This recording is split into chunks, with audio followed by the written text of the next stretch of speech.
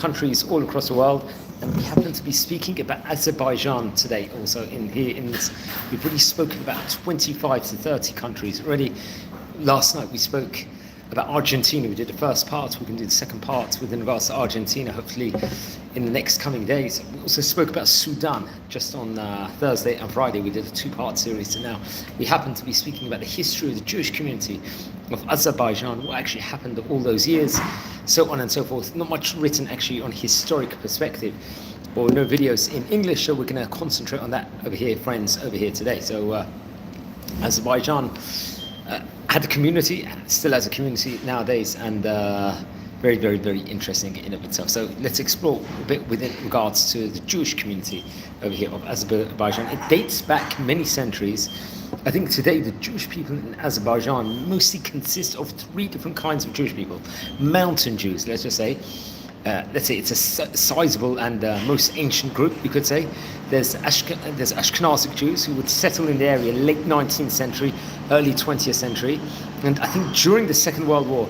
And then there's a lot of Georgian Jewish people who would settle mainly in Baku during the earlier part of the 20th century. Now remember, friends, we did record a video on the history of the Georgian rabbinic and Jewish community also respectively. I think we did that about 2 months ago. I don't know if the video came out so well.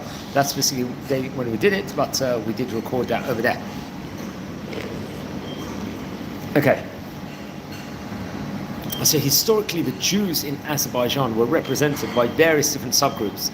As we said before, mainly the Mountain Jews, Georgian Jews, and European Jews also respectively. At one point it was, I think, or still is home to, let's say, smaller communities from the Krymachkas. Kurdish Jews would actually live there, and Bukharian Jews, pockets of Bukharian Jews. Many people would convert over there, and there were some non-Jewish, you can say, Judaistic groups, like the Subotniks, also respectively over there. Now, I think in the olden times, Jewish people used to live and around the city of Shamachi, I believe. It's a main, let's say, village at that point in time, in an area called Muku, you can say. But I think the community has not been really existent over there, I think, since early 1920s, about 100 years already. Come what 2002, the total number of Jewish residents in Azerbaijan was as many as 10,000 people. And about 5,500 of them were considered, let's just say, this category of the Mountain Jews also respectively. A few more thousand would descend from, let's say, more mixed families at that point in time. Now in 2010, the Jewish population reported over in Azerbaijan was 6,400. Now, once again, I'm not sure if these are Jewish people who would affiliate with Judaism, if they were halachically, from a halachic point of view, Jewish or not, but that was the figure I see over here. Now, mainly the people would reside in Baku, in Ganjia, I think in Sumkayit, Kuba, Ugaz, and Goychay also. And there's also a town of Kirmizi, Kwasabi, I hope I pronounce this correctly, very confusing names. The only town, I think, in the world where Mountain Jews constitute the majority, and the only, let's say, fully Jewish town outside of Israel, respectively, over there. So that's another interesting tidbit over here, friends. So let's explore a bit more of that, about the history of the community. Now, I think there was, because of archaeological excavations, I think it was carried out in the year 1990, a result in the discovery of the remains of 7th century Jewish settlement near Baku, and of a synagogue 25 kilometers southeast of Kuba. Basically, the first religious meeting house in Baku was reportedly built over in the year 1832, and then it would be reorganized into a synagogue in 1896. So we're talking about towards the end of the 19th century. More synagogues were built in Baku and its suburbs in the late 19th century. In fact, interestingly enough, there was a choir synagogue in Baku which opened up in the year 1910, 115 years ago. Now, from the late 19th century, Baku, let's say, became one of the centers of the Zionistic movement at that point in time in the Russian Empire. There was a Zionistic organization called the Chovevei Tzion, was established in 1891. Remember, the Zionism was really booming towards the end of the 19th century, earlier part of the 20th century, with all these organizations coming all over. So Chovevei Tzion was a key one at that point in time. And then it was followed by the first Zionistic organization in 1899, right at the end of the 19th century. The movement would remain strong, let's say, in a short-lived Democratic Republic of Azerbaijan. We're talking about between the years 1918 to 1920. And it's actually interesting, there was the establishment of the Jewish Popular University in the year 1919, where there was periodicals printed in various languages, including Judeo-Tate in Hebrew and in Yiddish also respectively, and also in Russian. And a number of schools, there were social clubs, there was a benevolent societies and cultural organizations that would actually come about at that point in time. Anyone tuning in live, we're doing a live video here, so please subscribe to the channel. We're nearing 8,000 subscribers at the moment, so please join. And don't forget, this is about the 30th different country we are concentrating on here in the series over here. We're trying to do cover all the countries of the Jewish world respectively. So let's say after the Sovietization, or all Zionistic related activities included those of, let's say, cultural nature that were carried out in Hebrew were banned at that point in time. In the early 1920s, a few hundred mountain Jews, Jewish families from Azerbaijan and Dagestan, left for Israel, and they would settle in Tel Aviv. So there was a wave of Aliyah over there to Tel Aviv at that point in time. The next Aliyah did not take place until the 1970s, after the ban on Jewish immigration to Israel was lifted. I think it was between 1972 to 1978, around 3,000 people left Azerbaijan for Israel. In 1970, there was a demographic peak for Azerbaijan Jews after World War II. According to one census, apparently 41,288 Jews resided in Azerbaijan on that specific year. That's a whopping figure, friends. Okay. Once again, I'm not too sure if we're treating these all as halachic Jews, or people that had the Jewish family or not, but that was a high number of Jews. So it was hence, remember, obviously during the Second World War, many Jews would flee to various different countries, and we've spoken about that in various other videos also.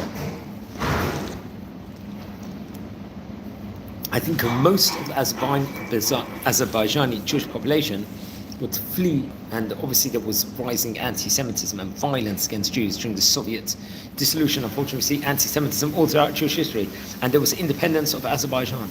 The majority of Jewish refugees from Azerbaijan would emigrate to Israel and also to the United States of America. Now, I think the Israeli Prime Minister at the time, when all this was taking place, was Yitzhak Shamir. He expressed hope that the Azerbaijani Jewish refugees could be settled in West Bank at that point in time. However, Israeli diplomat, someone named Miron Gordon, who oversaw issuing visas, welcomed the Azerbaijani Jews regardless of whether they settled in Israel or, let's just say, in the West Bank. We know that Eretz Yisrael, the West Bank, is very much 100% part of Eretz Yisrael in of itself. So that's very interesting. I think Gordon stated at that time that all of the collapsing Soviet republics, the Jews of Azerbaijan faced the greatest threat of violence, and the immigration was prioritized by the Israeli consulate at that point in time. Come what 1992, I think a survey of anti-Semitism in the former Soviet Union, which compared results of similar survey in 1990, Azerbaijan and Uzbekistan displayed the largest surge in anti-Semitism. I think the causes obviously were primarily attributed to Islamic nationalization, and obviously there was a envy, let's just say, of the Jews stereotyped as having wealth and privilege, and we see that unfortunately all throughout Jewish history. We see that nowadays also very much so, especially all over the world, unfortunately, with rising figures since October the 7th. Now, I believe many Jewish immigrants, let's say, from Azerbaijan would settle in Tel Aviv and Haifa, and there were large communities of mountain Jews from Azerbaijan that would come to New York City, also to Toronto. There was a new Jewish synagogue, which became one of the biggest synagogues in Europe, opened in Baku on March 2003, I think, to be precise, on the 9th of March on that year. I think there is also, I think at that point in time, a Jewish school, I think, that's been operating in Azerbaijan since 2003. And currently there are as many as 7 functioning synagogues in Azerbaijan. 3 in Baku, 2 in Kuba, and 2 in Oghuz, respectively. Some of them, I believe, constructed with government financial support. And come what January 2020, the Association of Mountain Jews opened a new community center in Moscow's Sokolniki Park, if I'm not mistaken, over there. Also interesting. And so, That's very interesting. I think come what 2017, the Azerbaijanian Londorman, yes, they're very interesting. So other things have happened in the news. Interestingly, let's speak about the mountain Jews over, because they're a key community in Azerbaijan and stuff. I don't think we mentioned them yet in this series with the other countries. So the mountain Jews are believed to have moved north, making way to mass migration of Uyghur Turks into the region. Their increasing number was supported by the constant flow of Jews from Iran in the late Middle Ages. There was Jews from Gilan that found the settlement in Uyghurs. Throughout the medieval epoch, mountain Jews were establishing cultural and economic ties with other Jewish communities in the Mediterranean. I think agriculture and fabric trade was their main occupation, obviously until Sovietization. And some families, it's very interesting. I think come on 1730, someone named Hussein Ali, the ruler of the Kenites, if I'm not mistaken, it was a newly, let's say, separated from the Safavid Empire, issued a decree according to which Jews could own property in a Kent at that point in time. Interesting enough, according to the 1926 Soviet census, there were 7,500 mountain Jews in Azerbaijan. That would make up 25% of the country's entire Jewish population over there. The exact numbers of the late Soviet period are unknown, but since many were counted, or let's say preferred to be counted at that point in time, as Tats, mostly due to anti-Semitic attitude of the Soviet government. Theory of common origins of Tats and mountain Jews, previously referred to Judeo-Tats, obviously have been vehemently dismissed by a number of researchers. I think mountain Jews currently dominate the entire Jewish diaspora of Azerbaijan. They speak a distinct dialect of the Tat language called, I think, Juhari or Judeo-Tati. And the majority speaks more than one language. The second and third ones mostly are Azeri or Russian, also respectively, over there. So let's explore a bit of that history of the Ashkenazic Jewish community in Azerbaijan, respectively. I think 1811 was the year when the first Ashkenazic Jews reported over would settle in Baku, but their mass immigration to what is now Azerbaijan did not start until the 1870s. Their immigration was relatively steady, leading them to outnumber the local, let's say, mountain Jewish community come what 1910. They settled mostly in a very oil-rich city of Baku. The Caspian Black Sea Company, one of the leading oil companies in the Russian Empire, was established in Baku by the wealthy Rothschild family. Obviously, we know they were German Jewish origin, and many Ashkenazic Jews would continue at that point in time to immigrate to Azerbaijan until the late 1940s, with a number of them being World War II evacuees from Russia, Ukraine, and Belarus, who would choose to stay in their country of refuge.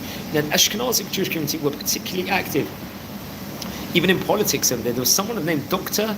Yevsey Gindes, I think he was a Kiev native, if I'm not mistaken, would serve as Minister of Health in a democratic Republic of Azerbaijan. This was for 3 years, between 1918 to 1920.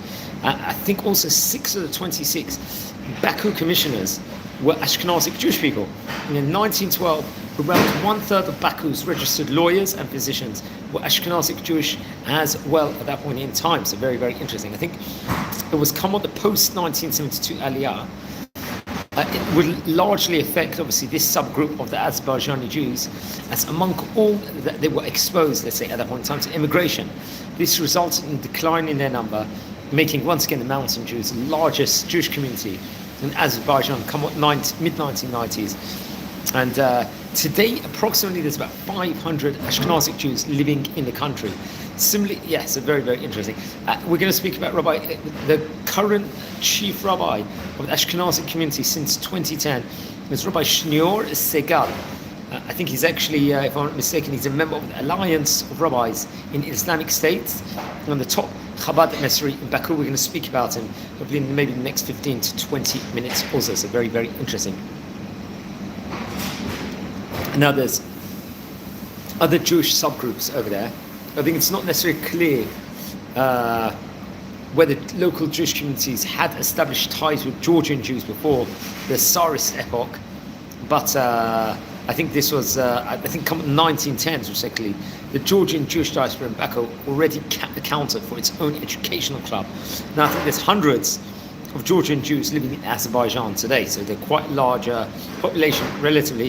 In 1827, the first groups of Judeo-Aramaic speaking Kurdish Jews would settle in Azerbaijan. Remember, we recorded a video of the history of Kurdistan a couple of months ago. Also, in 1919 to 1939, a synagogue for the Kurdish Jewish community functioned in Baku.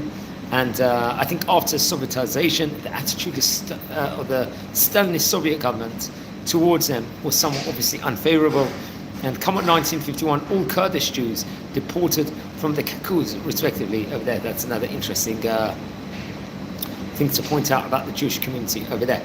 Now, obviously, there was, you could say, the Gerim and the Subotniks, also respectively. The Gerim and Subotniks were ethnic Russians from various parts of Russia who converted to Judaism primarily in 1820s, and in 1839 to 1841 the Tsarist government expelled these communities to newly conquered South, I believe, Kakuz, if I'm not mistaken. So mainly to what is now obviously Azerbaijan. Where they would arrive there, they would found several settlements around Jelibad, I think, then called, Astrakhan Bazar, of which the largest one of the Provoniesia, Azerbaijan, I think later became the largest Judaist Russia settlement in Russia. And I think by the late Soviet epoch, the overall number of Gerim and Subotniks in Azerbaijan was as many as 5,000 people.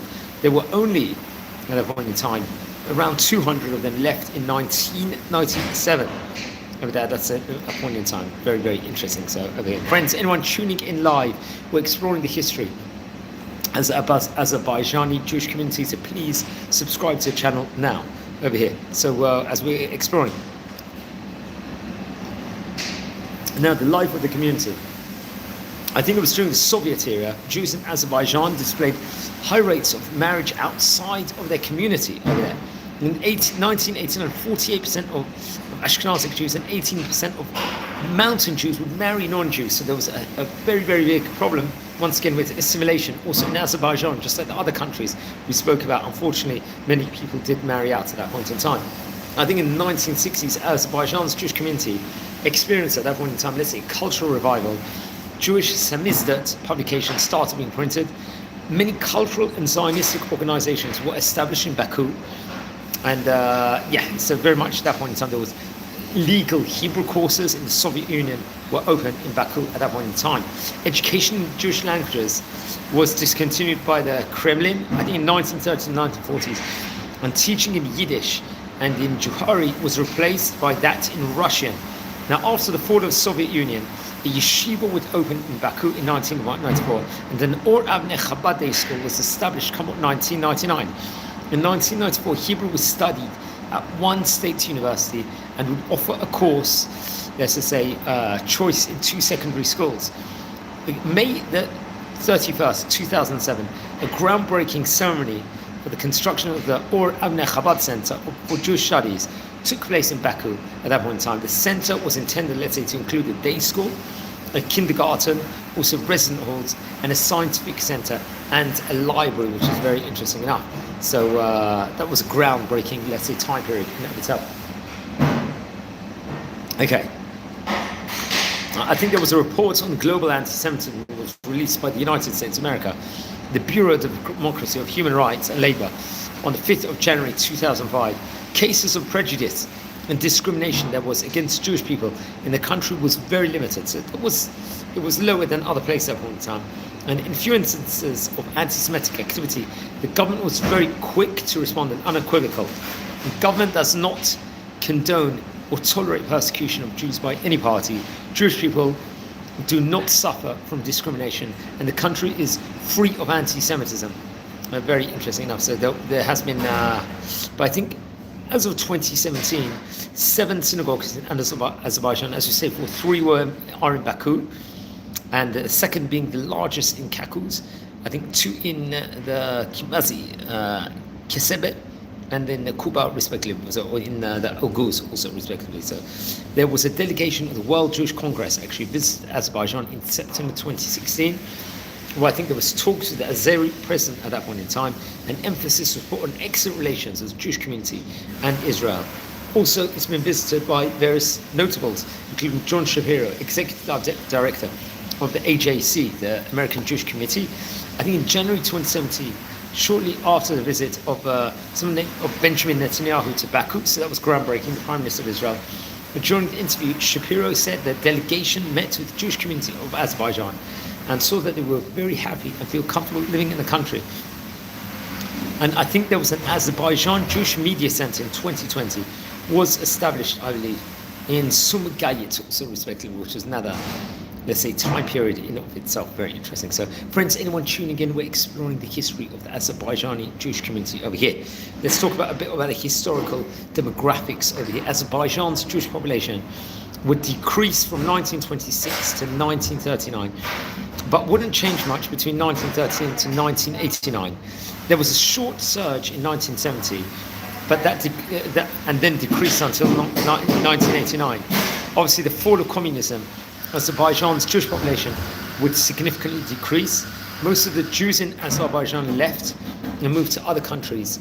That's obviously between 1989 to 2002, mostly moving to Israel, so respectively. So very interesting. So let's speak about the history of the synagogues of Azerbaijan. I think, if I'm not mistaken, currently there's as many as 10 synagogues in Azerbaijan that provide places to daven, to pray, in 3 main Jewish communities, comprising, as I said before, about Mountain Jews, Ashkenazic Jews and Georgian Jewish peoples. The total number of Jews in Azerbaijan, approximately maybe 16,000, 11,000, let's just say, are Mountain Jews, and 6,000 in Baku, 4,000 live in Guba, also respectively, and thousands in other cities also.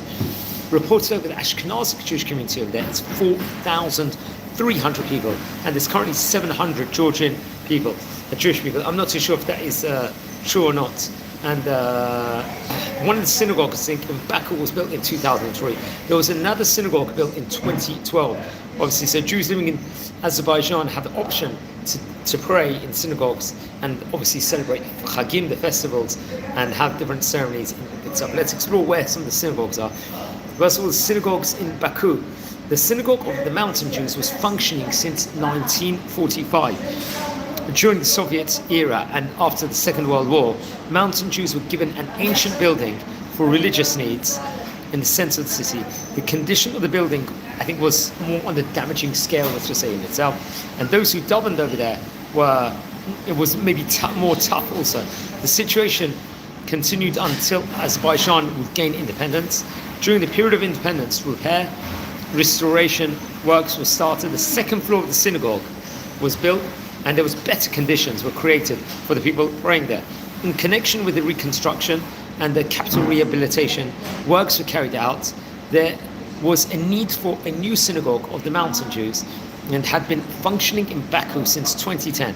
The opening ceremony of the new synagogue of Mountain Jews was held on April the 5th, 2011. Now, according to architectural features and dimensions, officials, head of religious confession, let's just say itself, functioning in Azerbaijan, members of the Jewish community, as well as guests from Israel and Russia and other countries attended this ceremony.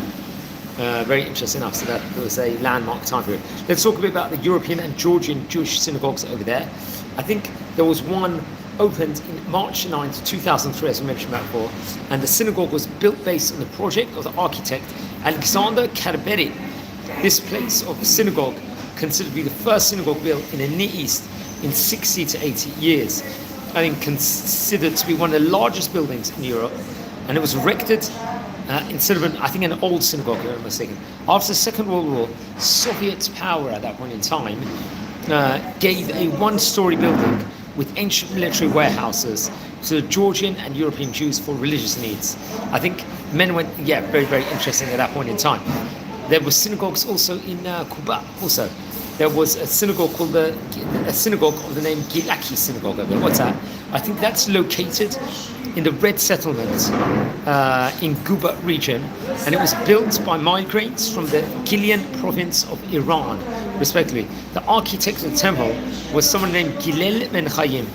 I think his name was engraved on the brick facade of the synagogue, and I think it's clear from the inscription on the foundation stone that the synagogue was erected in the year 1896. Very interesting enough. There's also another board on the entrance door. And I think it's actually written, if I'm not mistaken, another date. I think maybe the date 1857. Also, respectively, I think this board itself was brought from the more ancient temple of the Jewish immigrants and was put on the door of the synagogue, respectively. And I think uniquely there's 12 windows in the synagogue building according to the number of Israel branch. From historical sources, it's known that earlier there was a spring near the synagogue. It's likely that there was a mosque built in the Guba in the first half of the 19th century, which was a prototype for the temple, let's just say, in Gilaki, respectively, because the hexagonal dome was once of glass and illuminated the prayer room. Analogical roofing, I think, was also available in the Guba Mosque. And in the past, there were, I think, no separate rooms for women in the Galaki synagogue, as in the other synagogues of mountain Jews. Women only came in here during the holidays and sat in the yard of the synagogue. At present, women, I think, are still allowed to enter, I think, during holidays, respectively. I'm not sure if there's Ezrat Nashim persona. Now, another key synagogue is a six-dome synagogue over there. It's a synagogue in the Red Village of the Guba district. It was built in 1888 by, once again, the architect Gilel Ben Chaim. So I think, once again, six-dome is also hexagonal. It's a symbol of immigrating of the residents of the Kilhat settlement here from the village of Galaduz, respectively. And during the 6 days, with the permission of Hussein Khan of Guba, also respectively. And I think it has 14 main windows, also respectively, this synagogue. Also another tidbit within regards to it, I think it's obviously very large synagogue in itself. Ancient architectural monument built, I think, in the Eastern style, respectively. And I think the windows also are made of oak tree in the shape of a hexagonal star. And the restoration of the synagogue began in 1995 and was completed in October 2000. So that's very, very interesting. There was a synagogue in Ogaz also, respectively. It's called the Ashagi Mahala Synagogue. So what's that over here, friends? I think it's known as the Synagogue of the Upper Quarter in Ogaz city. It was built in 1849, and the synagogue was used as a tobacco and furniture warehouse during the Soviet era. And the synagogue began to be repaired by local Jews in 1992 and in 1994 also, respectively, which is very, very interesting. So, so that's there's another synagogue also called the Yukhari Mahala Synagogue also. Now this is known as the Synagogue of the Lower Quarter, located at Ogoz city. It was built in 1897 by the heading of Ravin Baruch. In the Soviet era, the synagogue was also closed as other places of worship and later was used once again as a warehouse, I believe. In October 2004, the synagogue began to be repaired by local Jewish people living in Ogoz, and the renovation was completed in 2006. The synagogue is now used, and on the Friday and Saturday, the Jewish people will actually pray inside the synagogue, respectively, on Shabbat. So very, very interesting. So we're friends, anyone tuning in live, we're exploring the history over here of the Azerbaijani Jewish community over here. So please subscribe to our channel and join our community respectively.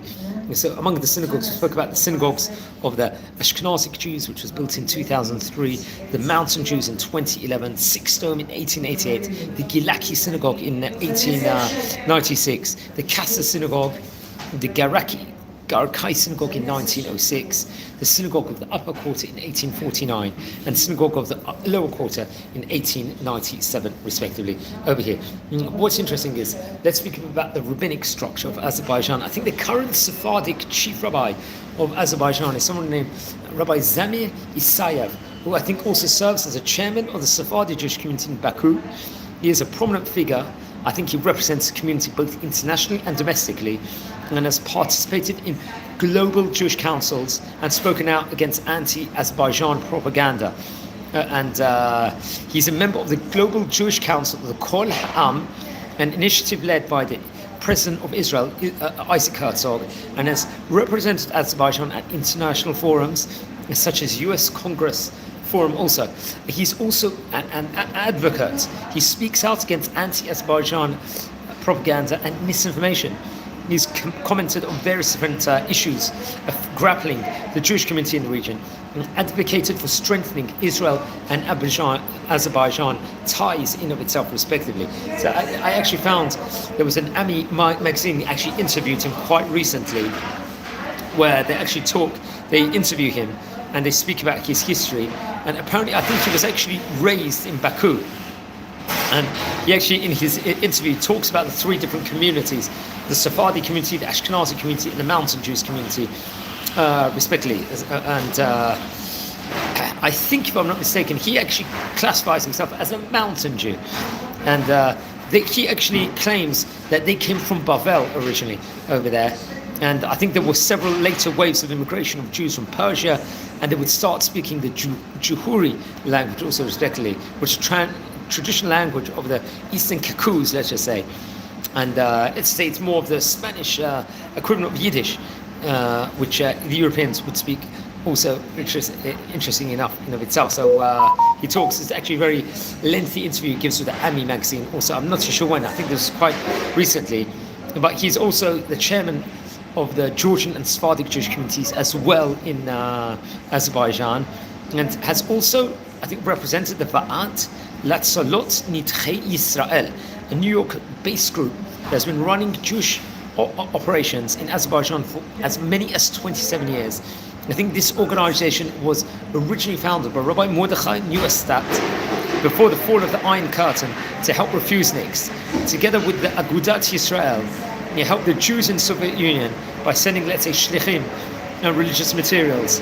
And obviously, after the dissolution of the USSR, Rabbi Neustadt expanded operations to Tbilisi, Georgia, and Baku, the capital of Azerbaijan.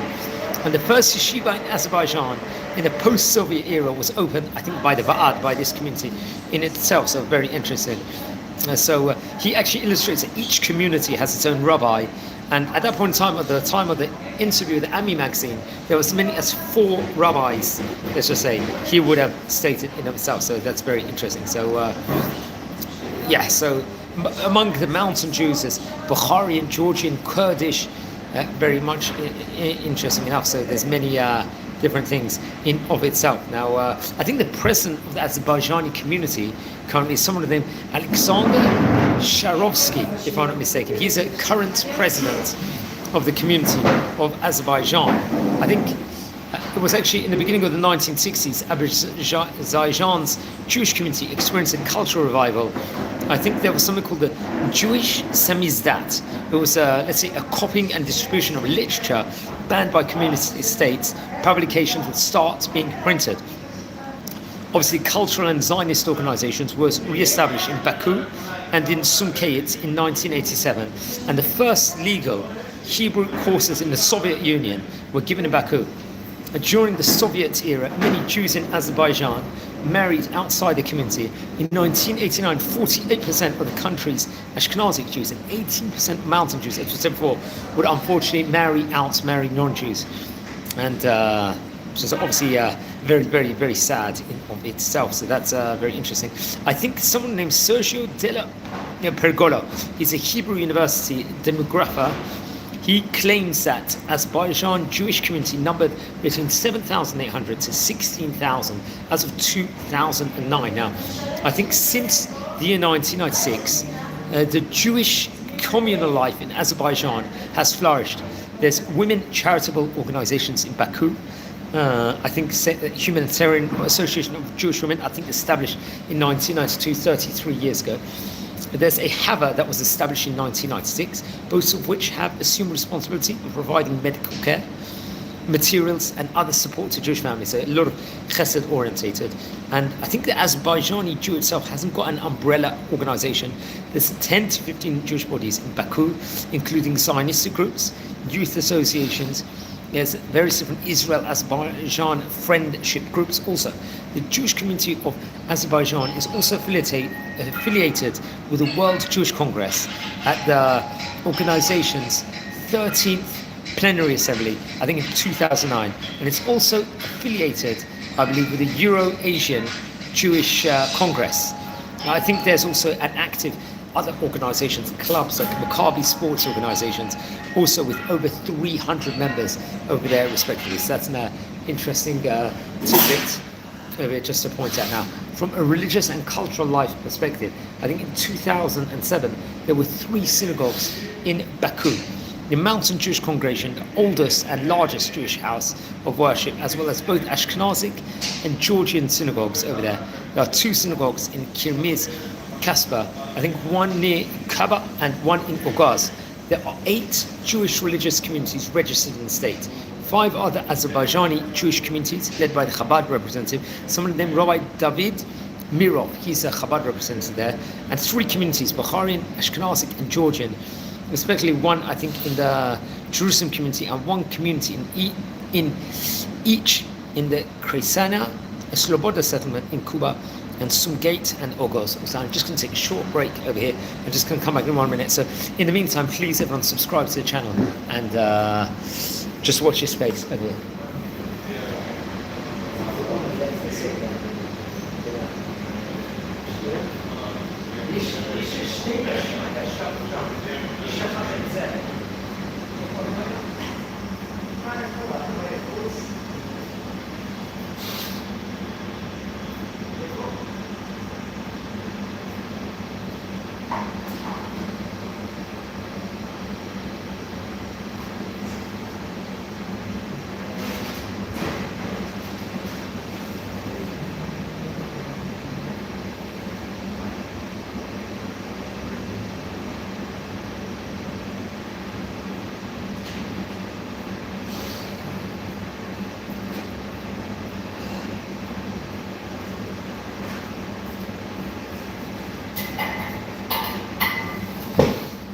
Okay, everyone, thanks for just waiting for a minute. We're continuing this, let's say, presentation of the history of the Azerbaijani Jewish community over here.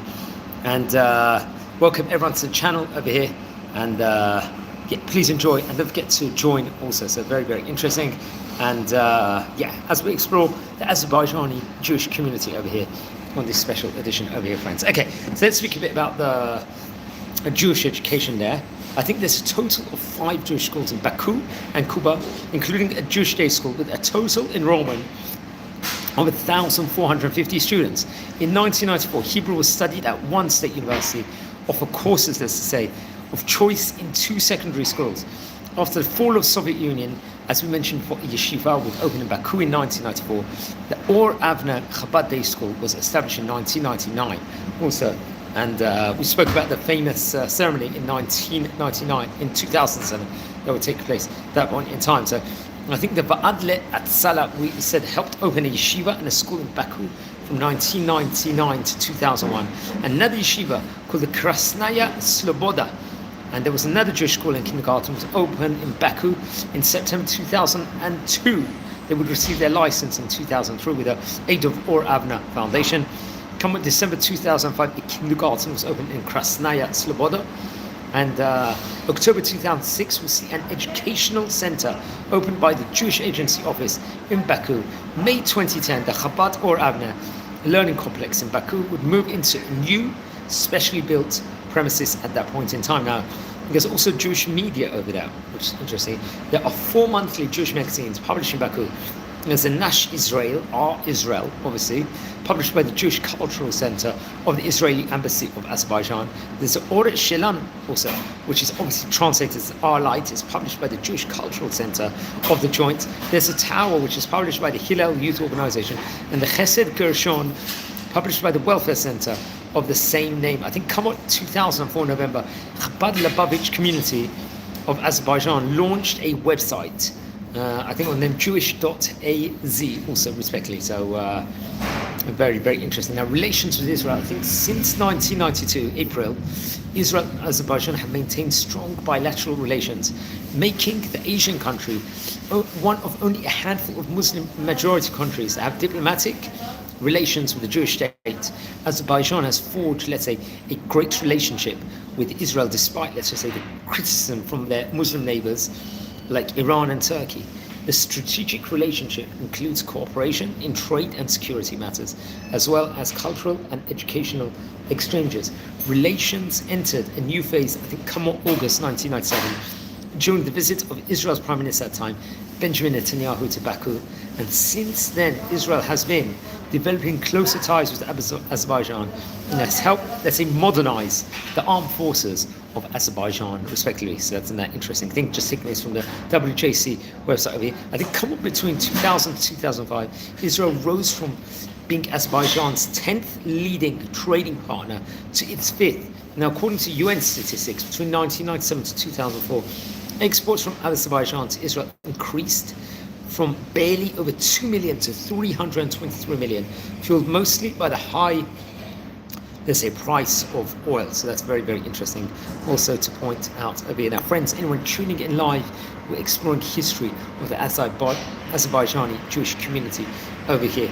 I'm going to speak about more rabbis also that have been working also in Azerbaijan. There's someone named Rabbi Eliyahu Shefer.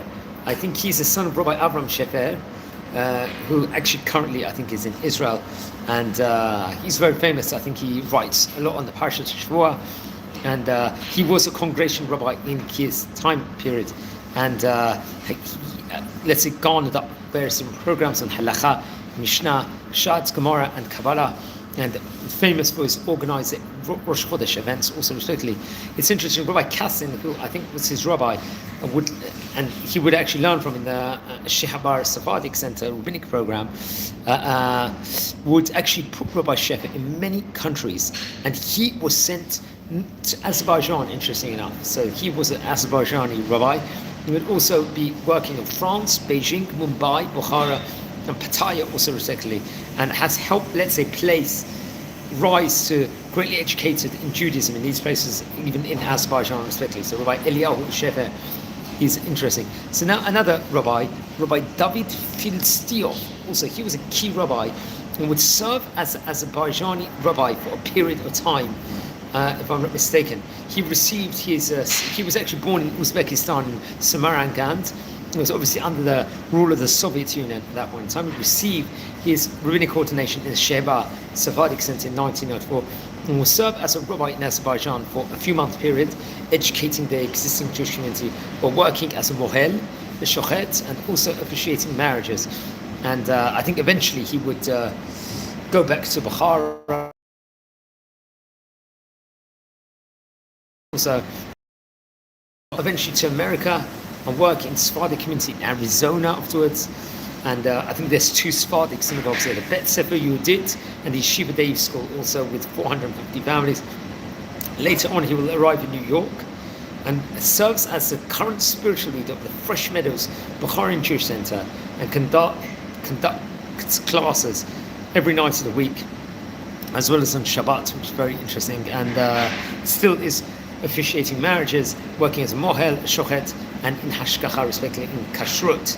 So that's very, very interesting. So he was a rabbi in Azerbaijan in his early years. Now, one of the head rabbi at the moment in Azerbaijan, also the shliach Rabbi Shneur Segal, I think he's been as many as 15 years a head rabbi in Azerbaijan. And I think it's an interesting article in JNS. They will actually interview him about after October the 7th in Azerbaijan. And he actually states that Azerbaijan stands out because Jews in a Muslim country can walk safely, visibly, let's just say. Because he's very, very proud about that. I don't know when this article was written, but it was post-October 7th. And he served as, I believe, the chief rabbi of Azerbaijan's Ashkenazic Jewish community, based in Baku, himself respectively over there. And talks about how he strengthened Jewish identity over there. And it's a place where Jewish people are very much feel welcome. And, he talks about the Jewish population over there in this interview over there, talking about the Jewish villages outside of Israel and the unification, let's just say, how the achdut with regards to Azerbaijani Jewish communities. He talks about a unique Jewish model, Muslim model over there. Well, many governments, he states, in the Muslim world would keep their Jewish communities at arm's length. Azerbaijan's leadership embraces them openly. He says, for example, on Pesach, the matzah shipment was delayed because of port issues and Azerbaijani holidays. He said, we reached out to authorities within hours. They even stopped everything to make sure our community had matzah at that time. And they didn't have to do that, he says, but it just shows like the friendship there is within regards to that. He even speaks about the Azerbaijani's president, Ilham Aliyev, about how he he himself speaks about the country's diverse religious landscape and promoting, let's say, the idea that different faiths can thrive together over there, which is very, very interesting. Rabbi Siegel also in this interview would recount numerous instances of direct government support from high-level meetings with the president to practical assistance during the Jewish Chagim, respectively. And he speaks about an interview with regards to Iran threat. And that doesn't mean the community is untouched by global anti-Semitism. And he even states, early in that year, Azerbaijan uncovered a plot by Iranian agents to assassinate Rabbi Segal. Interesting enough, so very, very sad. He was a victim, seemingly, of this. And the country's state security service arrested several suspects linked to Iran's Quds force, allegedly planning attacks against Jews and Israelis in Azerbaijan, respectively, including the chief rabbi. So that's it. So he says, since October 7th, the only thing that's changed is that we take extra precautions in the interview. So we can see October 7th has had an impact in Azerbaijan. And he states that there's no threat really from Azerbaijan itself, but outside actors seeking to disrupt the harmony between Jewish and Muslim people in the country. People from other countries, he says, may try to manipulate someone to do something negative. But here the people understand we're family, we're cousins, Jews and Muslims, and you do not hurt family. That's what so you can really see a diversity and cooperation really that there is, and harmonious in Azerbaijan also, respectively. And yeah, so he talks about, a vision with regards to dialogue with the other people in other countries, how this could potentially be a model for everyone else. I think the Jewish Agency's honorary ambassador of Azerbaijan is someone named Roman Gorevich. I think he's a Jewish agency for Israel's honorary ambassador to Azerbaijan. And he actually stated in an article, in this JNS article, Azerbaijan is a unique country, one that shows the world how people of different ethnicities and religions can live peacefully in an atmosphere of mutual respect. They state that Gorevich actually lives with his family in Israel. He was born actually and raised in Baku in a prominent Jewish family. His father apparently was Alexander Gorevich, was a well-known television host and a producer. He was an author, he was a poet also, who produced a 5-part television series, I think, if I'm not mistaken, on President Haydar Aliyev. And very, very interesting. And he actually states over this secular Muslim nation, where generations of my family have lived, have worked and flourished, and has cherished and respected its Jewish citizens. And it says, if you are aware of the Azerbaijani, let's just say, deep-rooted culture of care and respect towards the Jewish people, for centuries Muslims and Jews have lived in close friendship and peaceful coexistence in Azerbaijan. And he talks about the strong ties between Israel and Azerbaijan also. And following the October 7th tragedy, ordinary citizens of Baku brought flowers and lit memorial candles at the Israeli embassy out of sincere sympathy and solidarity with the grief of the country at that point in time. So it just shows how great the relations is over there. In a world increasingly shaken by waves of hatred, anti-Semitism, Azerbaijan remains a rare example of inter-ethnic harmony and genuine respect for other cultures. This is not only a historical tradition, but also a working model worthy of close study by experts in international relations. And he says these values are clearly and consistently reflected in Azerbaijan's policy in of itself. And it's a venue, Baku is, of dialogue between countries. Leaders of nations often hold opposing views, from Israel, Turkey, Pakistan to Syria, the United States, China and others turn to Baku because they trust Azerbaijan's leadership and are willing to engage in a frank conversation. That's what he states over. Also, that's important also to point out. So he talks about it's regarded as a credible mediator in of its time. And there's, I think, an academy, the International Diplomatic Academy in Baku, which welcomes practicing diplomats from around the world to learn how to build trust and promote their country's interests based on tolerance, law and mutual respect, respectively. And Azerbaijan is glad to share valuable experience with other countries. It's seen as that kind of place. So very, very interesting.